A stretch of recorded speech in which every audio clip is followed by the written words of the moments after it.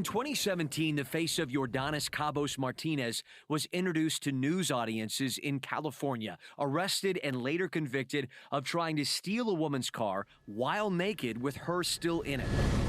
On September 10th, 2025 in East Dallas. Never heard him argue with no one, cuss no one out, nothing. Be just clean and go. Martinez's face being seen again, but for something even more disturbing, at this motel where he cleaned rooms like Kim Sheffield's. I couldn't believe it. I'm still at a loss for words.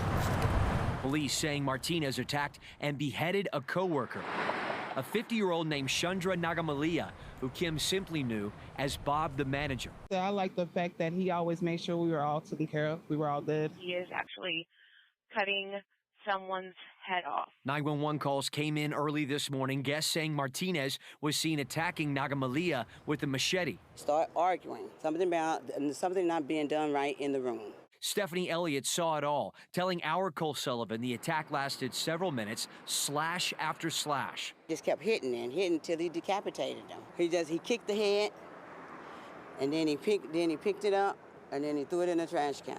Elliott says Martinez then left, arrested a block away, police say. Our cameras capturing the machete believed to have been used in the attack on the ground. An area photographer captured this of Martinez, handcuffed, covered in blood.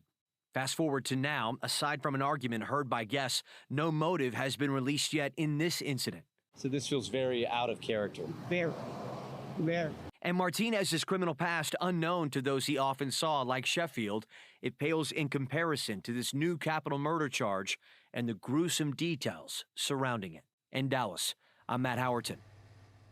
In the past hour, WFAA obtained the jail details for Cobos-Martinez and learned that he's under an immigration hold. That means federal agents could be involved right now.